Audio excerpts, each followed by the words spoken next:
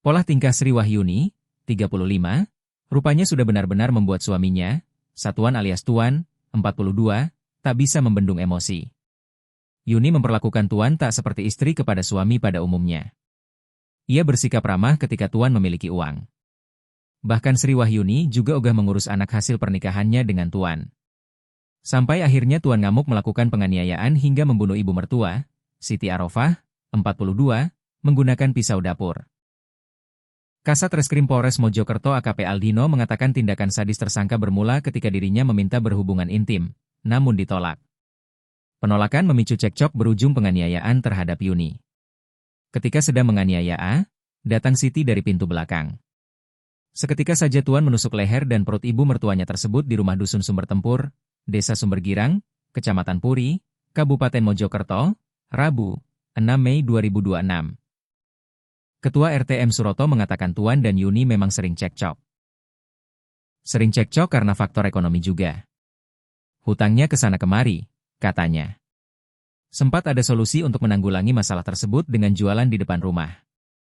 Tapi ternyata tidak berhasil. Sementara itu pernah berusaha untuk ditanggulangi, jualan kecil-kecilan di depan rumah, tapi begitu gak mampu Sri Wahyuni cari pekerjaan di luar, katanya. Ia mengaku bekerja di konveksi. Katanya sih kerja di sablon, katanya. Namun ternyata itu hanya akal-akalan Sri Wahyuni saja. Cuma selidik demi selidik Satuan mencium ada pekerjaan yang gak jelas. Akhirnya curiga, akhirnya ia dugaannya laki-laki, katanya. Bahkan yang terakhir ini si perempuannya itu sudah punya papa baru katanya, tambah ketua RT. Sri Wahyuni tak segan memajang selingkuhan. Tiap hari sering dipakai status, katanya. Bahkan Yuni juga memamerkan bukti transfer dari selingkuhan. Bukti transfer dari pacarnya sering dikirim ke Satuan, manas-manasin, katanya. Tuan mengaku memendam dendam terhadap keduanya. Ia menyebut bahwa sang istri sudah mengkhianatinya. Istri saya selingkuh. Sebenarnya saya sudah tahu sejak lama tapi saya ikuti alurnya, dibiarin kok tambah gitu, katanya. Ia emosi karena sang istri tidak melihat perjuangannya mencari uang. Sehari-hari Tuan menjadi badut penjual balon.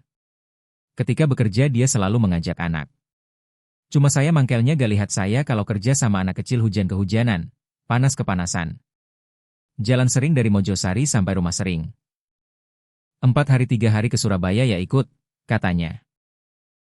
Menurut Tuan, sang istri bersedia menjaga anak bila mana semua kebutuhannya sudah terpenuhi. Bilangnya kalau mau ngomong kalau semua dipenuhi, uang belanja sendiri, uang sekolah sendiri, make up sendiri, katanya. Ia juga mengungkap bahwa istrinya terlilit hutang.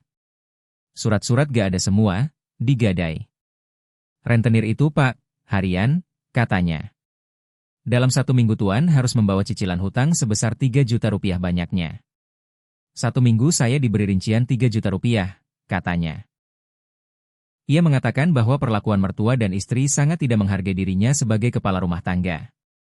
Kalau ada uang dianggap menantu. Kalau tidak ada ya seperti itu, katanya.